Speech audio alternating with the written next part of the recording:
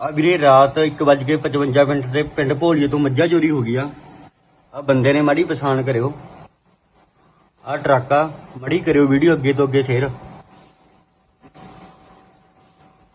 ਆ ਟਰੱਕ ਆ ਰਾਤ 1:55 ਤੇ ਹੋਈਆਂ ਨੇ।